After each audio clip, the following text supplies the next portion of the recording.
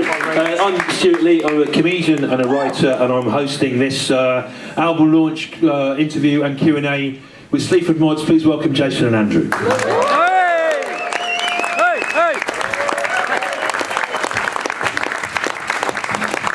So we'll have a chat for about half an hour and then we'll take your questions, because this is the fourth time we've done this, so I know everything but they seem to mysteriously give different answers to the same questions, as if there's no... Right, because we didn't do this in the other one, right? It's the process by which you've gone from meeting up and arriving at this is a long one, and you were making stuff on your own, Jason, and making samples and loops. How did you two get together? I was doing a gig at a club called The Chameleon, and I finished the gig and I went downstairs for a cigarette, and I could hear this noise from upstairs. And at the time I was doing Sleaford Mods on my own with backing tracks and music largely, well, all of it taken from records, and just shamelessly looped, because me and the guy I was working with didn't know how to sample things, so it was just, we just cut a bit out and I would just shout over the top of it, and it just worked, you know. So but anyway, it became clear to me that I couldn't carry on that way, and I needed something more organic, homegrown, original, because obviously there was too much hassle with all that business, and it had been done time and time again by hip-hop artists, etc. So yeah, my antennae was already out, and I was trying to look for someone, I think subconsciously, and we were both kind of outsiders, even though we didn't know each other. We were both, you know, even though the scene that we were in was outside a scene, we were both outside of that scene. You were the outsider's outsider. Yeah. And so I was like looping up George Michael B-sides and putting a delay on it and then playing it. Which was what you were playing that night, wasn't it? Yeah, and you know, and I think that was more that than the music. So were you doing a show when Jason saw you? No, I was just playing music in the bar.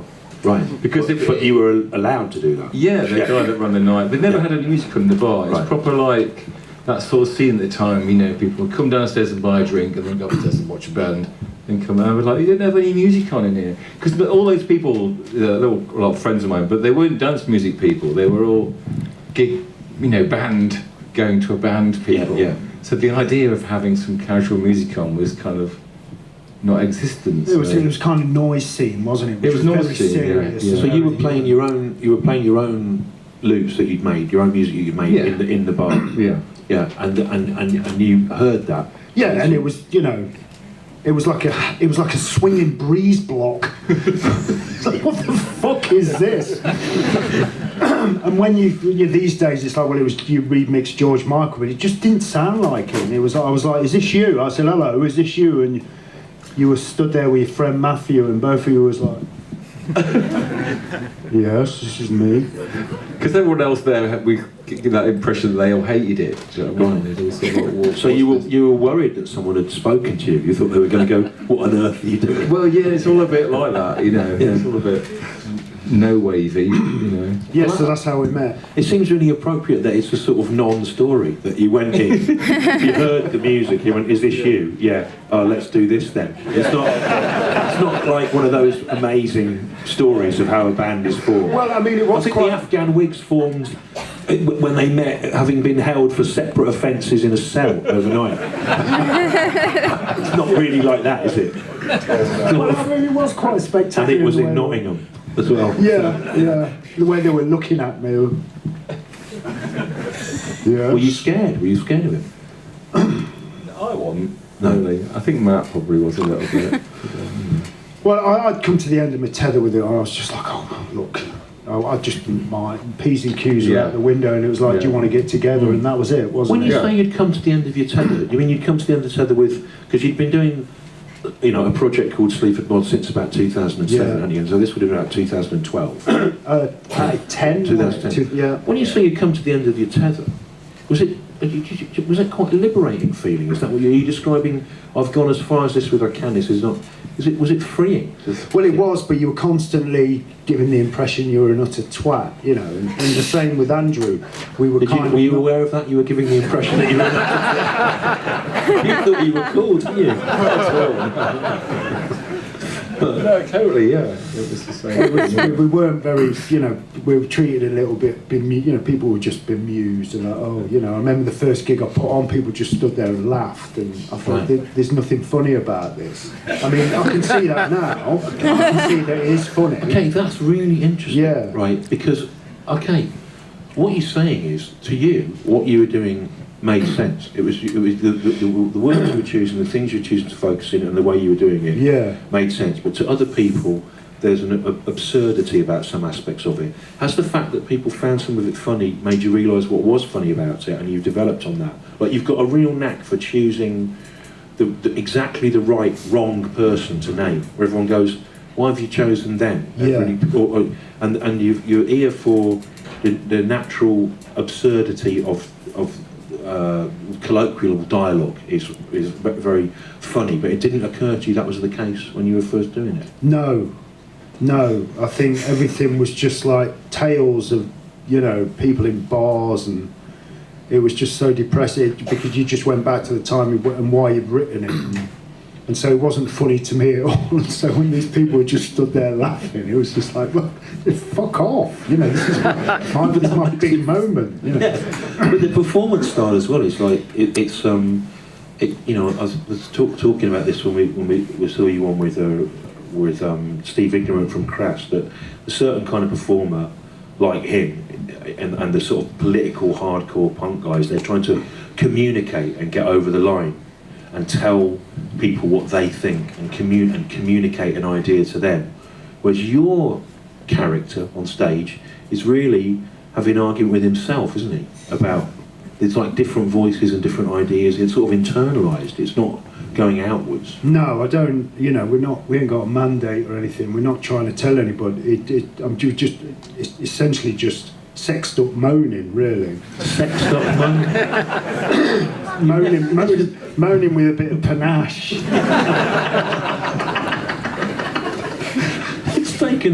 It's taken 4 seconds for you to come up with the phrase "sexed up moaning," and that's the next album title, surely.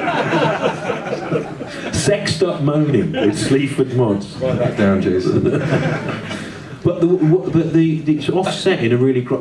Well, I mean, I'm funny enough with Paul here, who brought me to see you 14 years ago, 12, 13 years ago, when it was at the 12 Bar Club. If anyone was at that tiny little gig, and yeah, there he is. One man. One person was there, and it's the opposite of that Sex Pistols gig where in Manchester, where thousands of people claim to have been in a 100-seater room.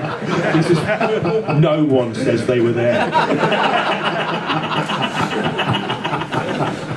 But I mean, I thought back then I absolutely loved it, and like a lot of men of a certain age, I thought, this is like all the Peel music that I've missed, but done in a futuristic way, with what Jason has described as your sort of strange concrete breeze block, sort of empty kind of sounds that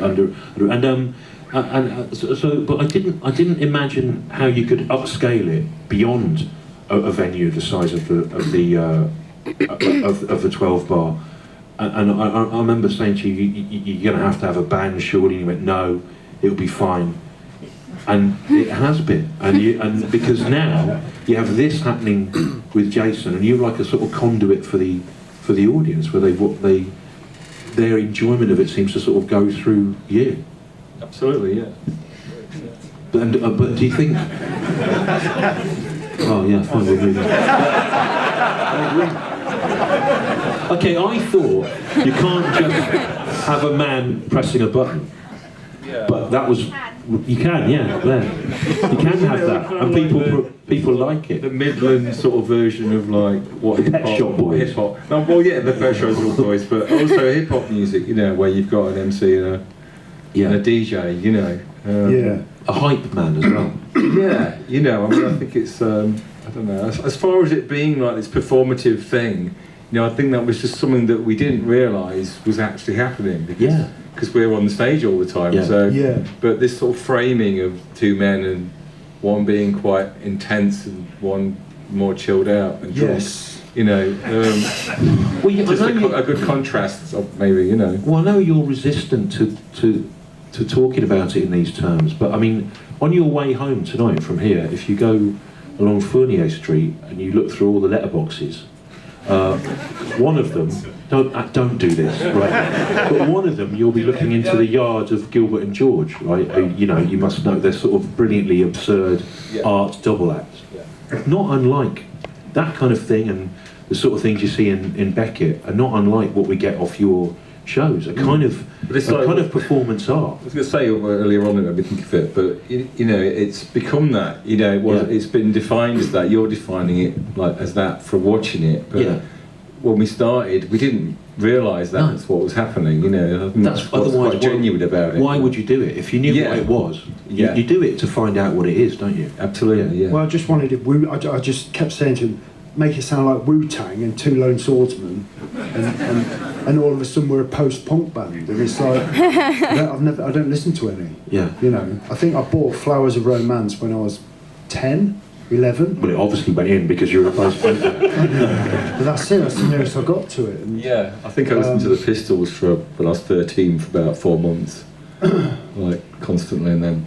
Well, that's the good thing about it, isn't it? I mean, the combination of both of you coming at it from a different angle has made this what either of you thought. I mean, in the old documentary from 10 years back, there's footage of you collaborating in a studio where you're moving sections of the music around to fit with Jason's words. But in Nottingham, when we were talking in Nottingham, someone in the audience said, "Are you interested in doing more solo work to both of you?"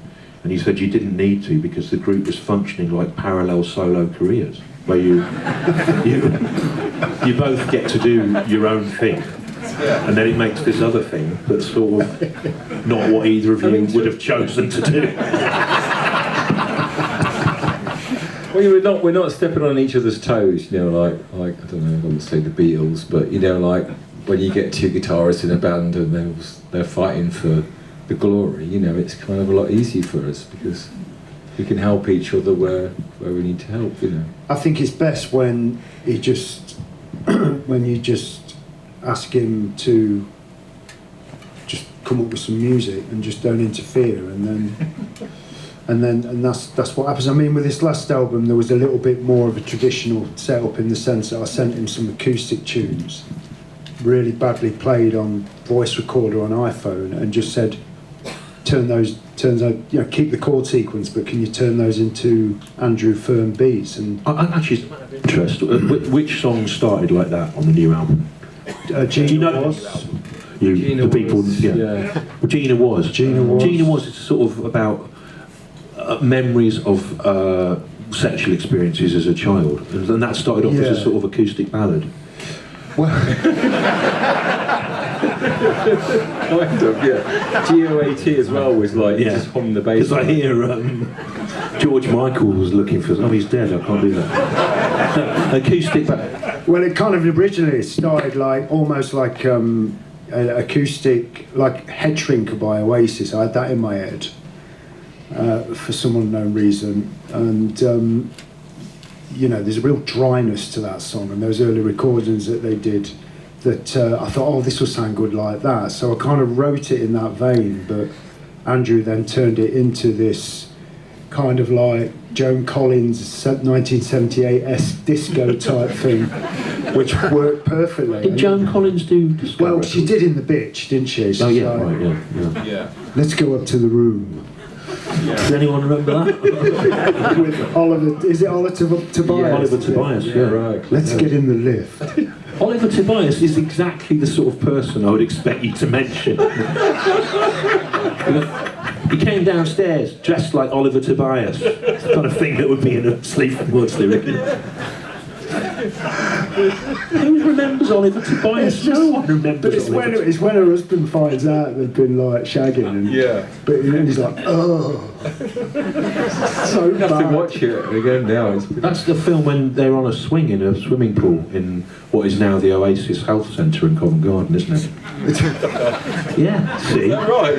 Yes. Fantastic. If we're going into a who knows the most about Oliver Tobias phase, you'll find you've met your match. our driver Peter used to drive her around, didn't you, Joan Collins? Do you want to come on, Peter, and talk about that? No, okay. It just blows me mind. You can tell it's the fourth one, can't you? That's insane, isn't it? Pete drives her around. And now he drives you. Yeah. The natural progression of driving divas around. But what else started as acoustic tunes then in that? Alita Stewart. That was a vocal melody there. Right. Oh, was it just a vocal melody? Yeah. Sent me a little- Yes, I sent the bass line to what Barry White tune's that? Is it? Oh yeah, that's right. Yeah. It's I forgot what it was. But anyway, I had it in my head because. First, my last, my everything. Oh yeah, first my last, my everything. Our manager, my wife, was playing it a lot, and I was like, oh, it stuck in my head. I said, can you do that? And that's you turn that. And also, Bad Santa was a more finger picky type thing, wasn't it? Right. Yeah. And do you think what the collaborators that you bring in on the record? They're not only seem right musically, but sometimes as kind of characters they seem like the right person. Like on the opening track, you have what's it called? The first one, The Good Life. Yeah, the good, where it's kind of a dialogue between your anxiety about it's about your anxiety of causing trouble by criticising people and things, and then you have the kind of voice of your conscience is big special sort of, and then the voice of this evil character kind of egging you on to go further is the actress from Game of Thrones. Gwendolyn Christie. She was more like the reality of you know, the internal monologue is the reality of the situation, whereas the external monologue is the reasons why, you know, the internal one exists, you know what I mean? But it just comes out differently. And the spread of people on it, you've got the woman from Life Without Buildings, a sort of post-punk group, you've got Nottingham Soul Singers. It's a whole, you know, you were called a post-punk band, but the diversity of influences on it increasingly wouldn't really make sense in anyone else's hands, would it? It's too, the spread of it. Even though you can instantly tell it's a Sleaford Mods record, the spread of collaborators and influence on it it would be incompatible for most people. Well, they worked as instruments because it was like most of the, and this is, you know, not being detrimental about any of the guests, but most of the reason why half of them are on it is because I couldn't do it. So it was like, well, we know someone that can. You're phasing yourself out. Yeah. Slowly taking a back seat out, and it'd just be you with a bunch of singers eventually, or just you on your own. But that was. I mean, that's why I think it works, is because it wasn't like we need to get another feature in because features will illuminate it, because it's boring just us two now. It was never like that. It was like, it was, well, we need someone else to come with, because it was like a strand of DNA. It just need some. It was missing a piece, wasn't it? Yeah. So that person came in and fitted perfectly. Obviously, their personality and the talent, and you know, a lot of people know them. They're quite famous, all these people. So it's like, that goes before them, obviously. But essentially, they're acting as part of the strand of the song. You know. Do you feel an obligation to move on and mix it up a bit, precisely because you've been quietly influential, and there are things that you can tell are post-Sleaford Mods? Do you feel an obligation to sound almost less like yourselves? Who would you identify as having been influenced by Sleaford Mods or inspired by Sleaford Mods, and does it bother you, or do you feel flattered? Well, you wouldn't know. Nobody ever says, do they? Nobody ever mentions this. No. Oh, fucking hell. You do get people in, you know, festivals, don't you? Like, oh, I'm a big fan, really? Yeah. You mean other They artists? come up in the catering, don't they? So Put it in a fucking don't interview. tell anybody. There's no good telling me that in the fucking catering tent at 2 o'clock in the morning. Fucking Copenhagen or whatever. Put it in an interview, let fucking Joe Bloggs see it. Absolutely, yeah. They whisper it. Yeah. Yeah. Okay, well, what is... Yeah. They're all right on there. I know they are. Be quiet now. What gateway have you opened for artists that have been influenced by you? What are they doing differently that they wouldn't have done? Oh, God. I think that's it though, people have copied it, have actually just copied the sort of crappy drum beat, and that's about it, you know. I think we've opened the arsehole gates, haven't we, really? Yeah. You've opened an arsehole gate. No, we haven't. No. I'm sorry. Yeah, but that's right, you pull back from that because you've got a reputation and you need to... Because you were nasty about the man from Idols, weren't you? And you had to apologise for that. I did apologise to him, and rightly so. I thought he was just stupid. You know, the Idols certainly aren't the problem. Joe Talbot certainly isn't the problem. And who cares what kind of class they fucking come from, really, at the end of the day. In fact, you ought to be careful what you wish for, because any of the so-called working class people that are playing today currently are even fucking worse, you know. Anyway, no. You digress. You've got awards for joyless faces because your fans like joyless shit. You've got poses while the tour photographer polishes the turd, you prick. On your head like a parrot. You wear crap clothes like Jasper Carrot. What's he done? He's done nothing wrong. No. But it was always that high-waisted stonewashed jeans, wasn't it? He had a colostomy bag, he had to hide it. No, come on. No, he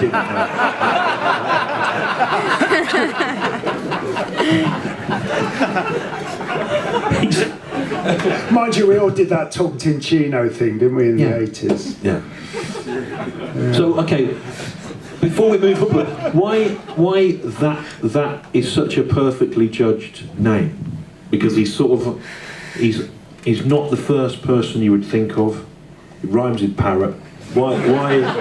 But it's really you seem to have a great memory for things that are perceived as mundane, which put through the mincer of Andrew's music become surreal. Yeah. I think because those images are because they are mundane, and I'm not being insulting to Jasper. I don't know him, but it's. As a kid watching all these things, it was just dross. It was like Barry Sheen, fucking Jasper Carrot. Who else do I mention?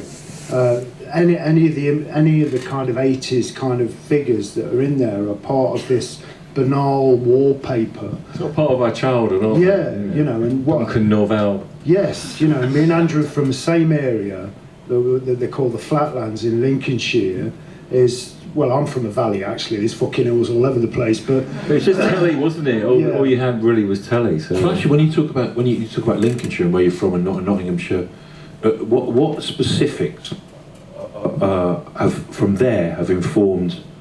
Okay, because when the group started to get known, people really felt like people from the whole country and in the States and Germany felt like they were being spoken for, and that aspects of their life were being described in a way that with a precision and a sympathy that they hadn't understood before. That's partly why it took off. What is it about where you're from that enabled you to speak for? It's a very how did it become universal when you're from such a specific place? What is it about Lincolnshire, Nottinghamshire that you brought to the table? I don't know really. I think in the consciousness of it, perhaps you had, people like Shane Meadows were bringing it up with the films that he was doing a little bit. You could argue that a little bit. I think it was something that was starting to happen. I was thinking about Channel 4 always used to have when they're telling you what's on next in the telly, they'd have someone from Teesside or wherever, they'd have strong British accents, and ours is so weak, it's not really good enough to use because people are like, well, it's got no... Yeah. I mean, you're right. It had no cultural currency. No, but which is why it was so distinctive to hear you talking in it. Yeah, because you'd come to the end of the path, and it's like, for years I tried to be, oh yeah, fucking, you know what I mean? And, and I wasn't going to be Neil Young or Nick Drake or Paul Weller or any of these people. And in the end, you just, as I said on Sunday Brunch the other day, I don't know if you watched it, but it was really... I just started literally shouting at the wall, and I wasn't overly impressed with it at all, but it's like it worked, as a vocalist, it worked, because the voice, I fucking got a horrible voice, you know.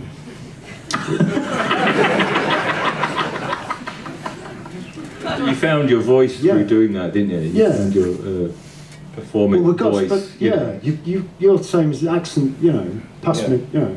What do you want on your? Do you want milk? just a little thing in the ash, like, oh god. It's like if they had a drama on TV set in Lincolnshire, you know, people wouldn't know where it was. No, they wouldn't know where it was. They'd think someone was doing a Birmingham accent wrong.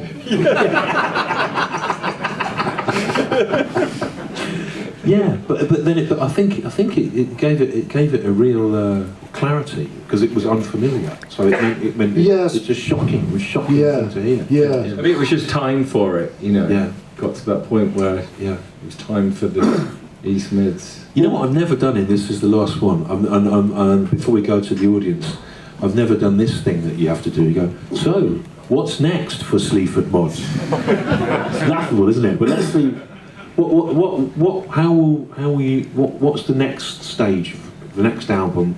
Here's a question, a genuine one. On the current album, you've got songs like Megaton that are about the rise of MAGA. You've got songs about social media. You are addressing the larger aspects of politics, where before you were writing in the early days about how politics impacted on the individual's life. Now it does seem to be broader. But given the speed at which things are deteriorating, I don't want to worry anyone, but we're at war with America, and the American tech company Palantir control all our weapons. Yeah, I know. They're not putting that in the paper. So, when I say we're at war with America, I mean they've vowed to destroy European democracy. It's not officially a war. But do you feel like you should... do you feel like you have to address things? Have you a duty to address things more like that? And over what kind of beats will you be doing it? Or Gabba. Yeah.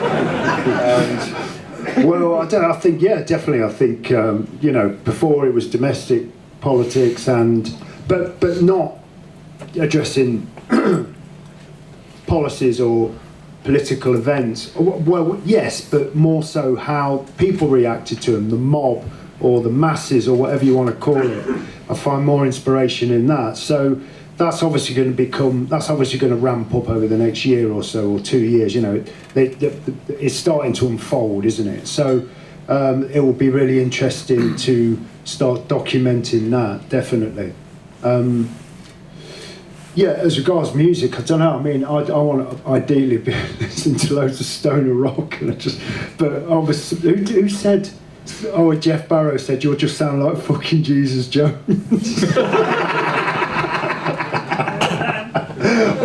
It's not the singer, is it? Fucking hell.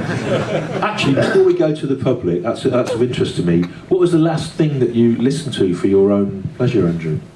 Last thing I listened to.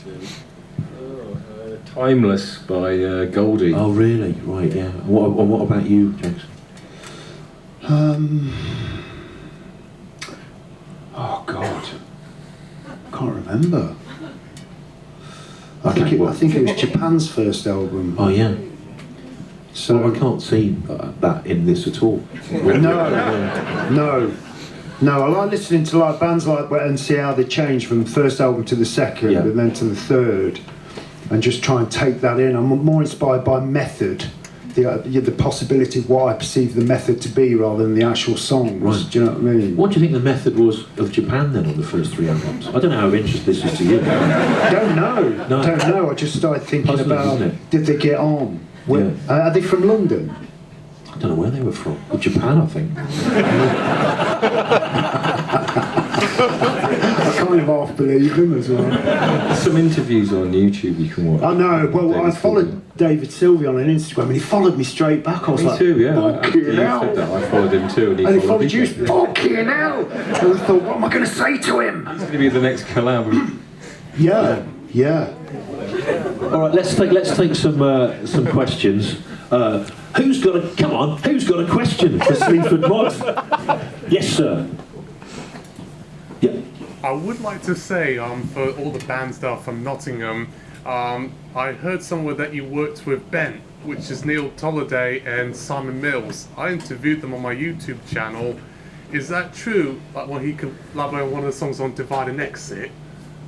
So one of the songs on Divide and Exit, he worked with someone from another Nottingham band that he interviewed on his YouTube channel. Kind of did someone No One's Bothered, didn't he? Was that one? Yeah, he did a little Come on, bit. put your mic up, Andrew, because people really want to hear No One's about Bothered, this. he did some of the music on that. And also he recorded Tweet Tweet Tweet for us, didn't he?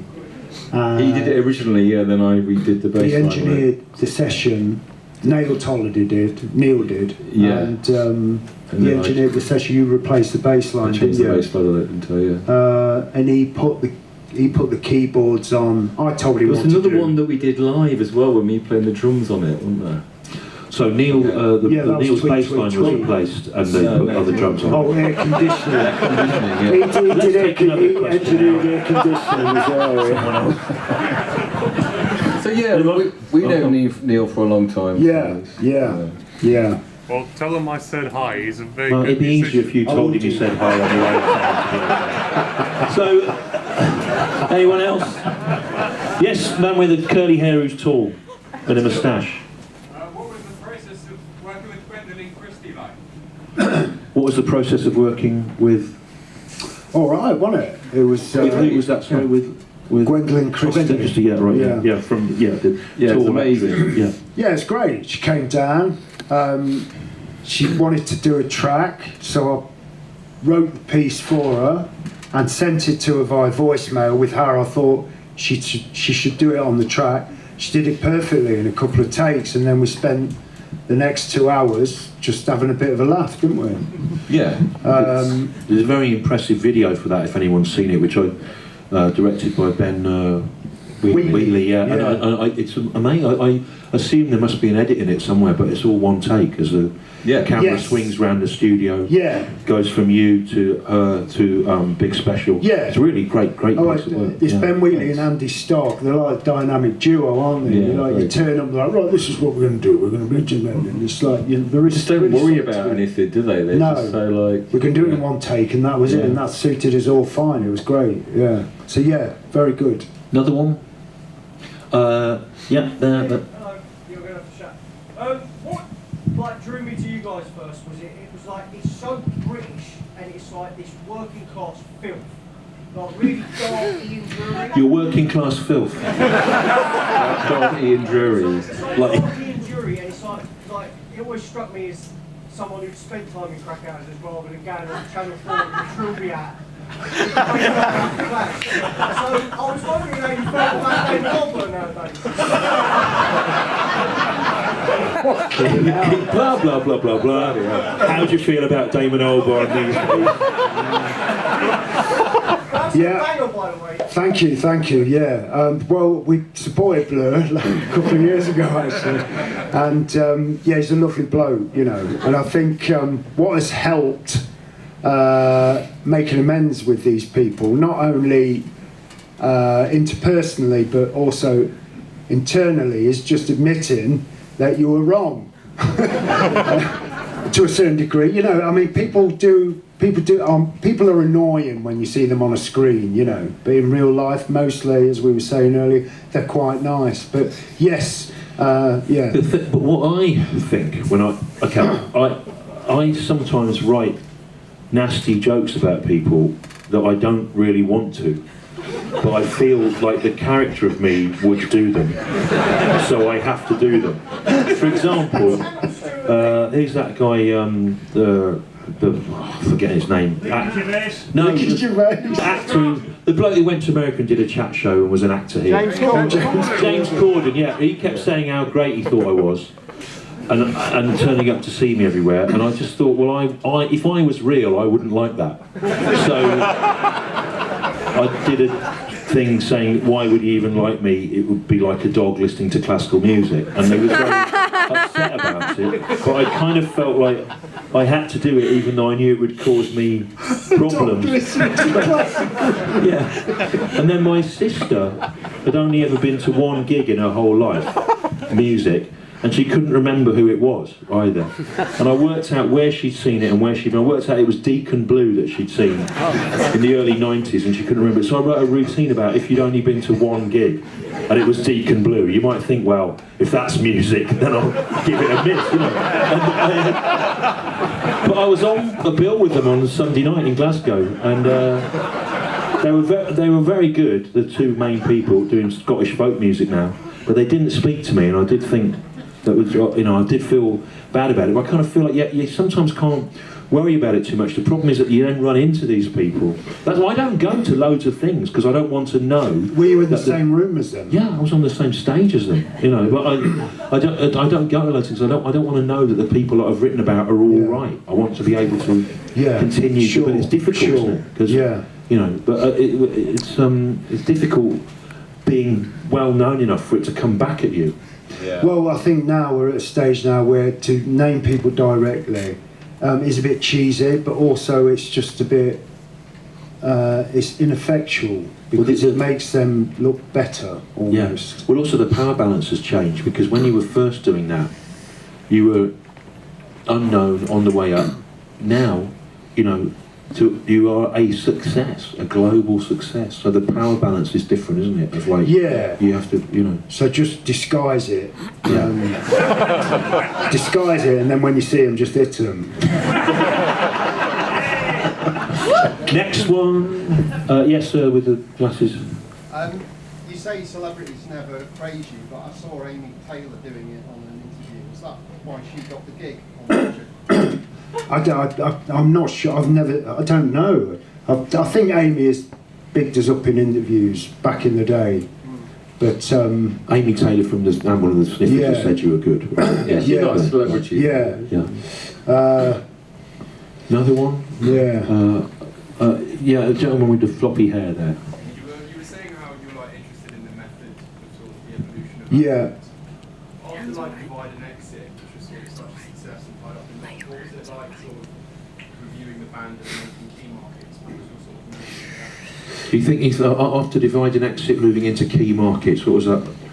Yeah, it was almost like starting again, but obviously you used the tools of the previous albums. We had a formula and a method, but that seemed to change slightly, and that was it. It was the conditions in which we did key markets. The next album, we didn't have much time.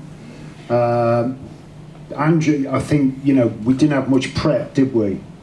And so it was made in a hurry, and you find that within that appears new things, but I think largely the casing of it is so present that it's hard to shift the casing of it, which is basically my voice and Andrew's production, which carries the same characteristics, in my opinion, from song to song to a certain degree, although it changes. So you kind of, it's a double-edged sword, isn't it? Because it's like, in our minds we've moved on, but you know, someone on the street picking the nose and flicking through going, these cunts, they always sound the same, you know. It's hard work, isn't it? You know, because it is such a prominent, you know, the content of it are so there. Okay, when you say it sounds the same, though, I mean, it doesn't, but it is always identifiably you. But do you feel now that you're at the level where you're a night out for people that have made a sacrifice to afford that, on some level you have to deliver the familiar at the same time as moving it forward. You do. You're in a contractual relationship with the consumer. Yes. And the trick is to fulfil that relationship at the same time as giving them things they perhaps didn't know that they would like or want. I think what I love about it so much, it was at the mercy of whatever Andrew pulled up. It's like, well, what have I got? Let me have a look. Like, oh, we got this, and that was it. That would be a song. And like, I think going back to what you were saying, more so the challenge was lyrically. What was I going to talk about? You know what I mean? I was under this impression now that I was successful, I couldn't talk about shit. But one of the things that did help actually was you turning around to me and saying, you're going to find that you're going to be pulling from memory, from experience, from previous things. Quite a lot. Saying that? Did I say that? Yeah, you did, yeah. And it couldn't have been more right, you know. There's been a lot of pool of resources that have got, you know, from old memories. And indeed, as you grow up, you get to know yourself more. Yeah, it's like you're saying about Jasper Carrot and names. Do you know what I mean? That's kind of a permanent joke on top. It's just remembering people from telly from the 70s and 80s. Yeah, and situations and the feel of things like in that gene as well. Yeah. Next one. Yes, sir. Yeah, so your lyrics have changed whilst you've become more successful because you seem to be looking at things from a wider perspective. But from a fan's perspective, so I bought Grandma Wanker when it came out, etc. From a fan's perspective, the fact you're still buying us pizza and you do your monthly dump and you do the... Did we buy the pizza? You do the cheap ticket. This gentleman is saying that the lyrics of the band seem to have changed to reflect the fact that they perceive themselves as more successful, but he feels they're keeping it real because they've bought you pizza, and this has come as a surprise to who I don't think would have shelled out for pizza, to be honest. What he's saying is, have you changed beyond all recognition, or are you the same guys as you were? Yeah, I don't think we have changed because we haven't panicked about it. Like, well, I have panicked about it a lot, actually. I'll be honest, but you are. We've not. Sunday brunch. Yeah, I did go on Sunday brunch. Yeah, got to push the fucking album, haven't I? No, I've gone on there because it's my route into television celebrity. It's navigation, isn't it? You've got to do these things. I mean, if anything's going to put arses on seats, it's, you know, me being on telly. Tim Lovejoy. It's fucking right, man. No, I think we haven't panicked in the sense, we don't need producers for a start, so that's helped. I say that, I mean, but I don't think we ever will, you know. I don't know, we just took it as it is, isn't it? Yeah, we took it in our stride, and it's paid off. You know, we've worked hard at it and kept going at it, and I think the one big thing about the idea of so-called punk music is doing that to the idea of fear and convention. Even though there is a lot of convention in it, you know, you can still push it a bit, and I think that's probably what was, you know, contributed to that. I think. I just realised I can't remember if I went on Sunday brunch. Have you been on it? I think so. I can't remember. Next one. Let's go for well, at the back there, with a hand up there at the back. Yeah. Andrew, how many steps do you do on an average gig? Andrew, how many steps do you do it doesn't measure on an average gig? He's saying, what is the key to your high level of fitness? That's what he's saying. Yeah. Because it's not just from pressing that button, is it? No, it's not. No. It measures calories, not steps. But I usually burn about 1,500 calories. Quite a lot. That's getting applause. Actually, on a practical level, you know, you, Jason, did you have to take steps when it became clear that this was ongoing and that it was a highly physical performance? Did you have to take steps to get in shape? Well, doing it off my nut was never a problem, but or having that lifestyle behind it. And generally, I didn't do gigs off my nut, but it took a while, didn't it? Yeah. You know, maybe like after key markets, we started to look after ourselves a bit. If you look, I'm looking back at some photos the other day, you know, and it was just full on, wasn't it? It was just, there wasn't any time to think about. There wasn't a point where we could reevaluate everything. I don't think. It was just for like 3 or 4 years. Is there a mental and physical shift when you get to the end of a tour? Is it difficult to recalibrate? In the film you took from some time ago, you say that your partner says that when you come off tour you have cunt flu. Due to your changed attitude. Well, that was Brad from the Specials, who's passed away now. But he was like, "You got cunt flu yet?" I'm like, "You what? What's that?" He said, "Fucking, you just wait till you get home." Yeah. Is it because it's fairly intense shows? Is it a big show? I just keep doing them all the time, so I don't have the come down. I think it just sends you a bit mad, doesn't it? Hotels and airports is more the problem than the shows, you know. Do you keep all the sachets of tea and soaps and things from the hotel? I do take them. Yeah. I've been getting them since February 1990. I've collected them. Yeah, when I supported Sadovic in Leicester, I couldn't believe I was in a hotel. And every year, I have so many that I have like 2 bin bags every few years. I have a massive, and I take them to the homeless people's hostel in Camden, and they have like really nice small sachets. That's fantastic. I'm a great bloke. So, there's another, there with the sir, there, you. You said when you met, you didn't initially feel like you were a part of a scene at all. Did that ever change, and do you think that you're building one now? When you first met, you didn't feel you were part of a scene. Has that changed? And are you part of a scene now? Have you built a scene? Well, I think I say no and no. I think we're kind of 20 years older than most of the contemporaries, and when you're in the artist area, you do feel a bit alienated. I still feel like we're not part of anything really. I think there's a lot of the younger bands that you can tell that have had a listen to the tunes and that, and probably that's the only connection. I mean, I find it really hard to. Yeah. I'm not quite, and also you're not there to make friends. The idea, I love doing a gig, and then after that I want to go. I'm like at that point in my life where it's like putting my feet up is more important than meeting 50 people, isn't it? Yeah. Yes. Says a man who's about to have you all queue up to meet him. Next one, I'll do, there at the front there, yeah. Yeah, just one thing on the album, the little kind of, I don't know if you call it like an intro or like an interlude before Double Diamond. An interlude before Double Diamond. What's the thinking behind that? Is it supposed to be part of that same track? Or? Yeah, it is. It was because Double Diamond's an old song, and it has that same guitar riff on it, but it's more brutal. It's quite crude. And what I tried to get with that intro on Double Diamond this time is I was listening to a lot of Station to Station, where he just overlaps his vocals, and he keeps going over some odd guitar line, and I got into that and I wanted to try and put that in it. Me. Yeah, and then overlaid it, and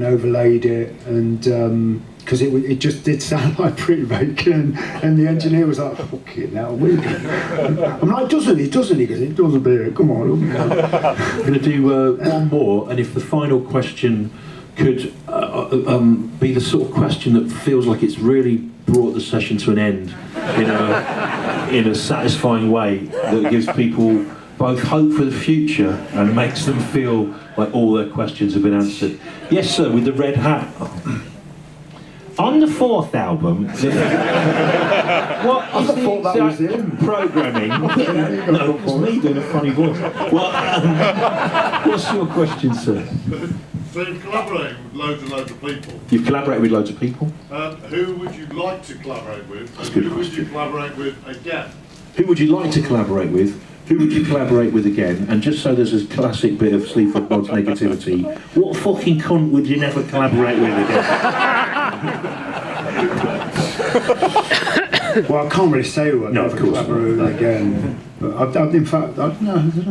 It's whatever the song needs, I think. And going back to what we were talking about earlier, I don't know what you think, but it's what if the song needs that voice, a voice that sounds like the melody I've written and I can't do it, we'll be on the phone to someone. I think, so whoever really. I like the idea, I don't know really, whatever fits, whether they're massively famous or whether they're just, whatever, jobbing musicians that most people know, you know what I mean? I've only just noticed that there's people down here. So has anyone got a question? Yeah. There? No? Who? You waving. Have you got a question? No? No one's got a question for... Yeah, you have. Go on, what is it? Can I ask a really stupid question? Can you ask a really stupid question? Yeah. Is that for Andrew or for... Would you rather have 3 legs or 1? Is that for Andrew or for Jason or for both of them? Because between the 2 of them, they have 4 legs. Between the... Would you rather have 3 legs or 1? Which means one of you's got 2 legs and the other has got 1 leg. Or would you rather be one of you be a torso and the other have 1 leg? That's what the question seems to be. It's not a penis joke, is it? No, it's not, no. I'd say 3 legs. I mean, come on. 3 legs. I just think 3 legs would get in the way, wouldn't it? I'm trying to think of whether it's got any benefits walk, to, like, though, you know, when you're near the sink and you need to get the washing up liquid out. Well, 2 of your legs pivot, and the other one would act as almost. It's not a leg sticking out in the way, is it? It's.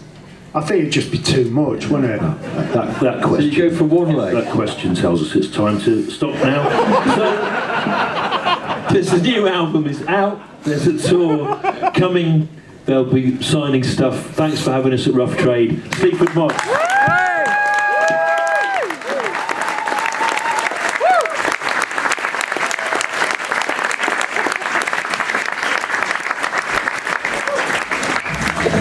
What do you reckon on that then? Yeah, it was good. What did you think? Yeah, very good. Yeah. Nice Huh? one. And Funny. so, Yeah. Stephen Sanning, if you're from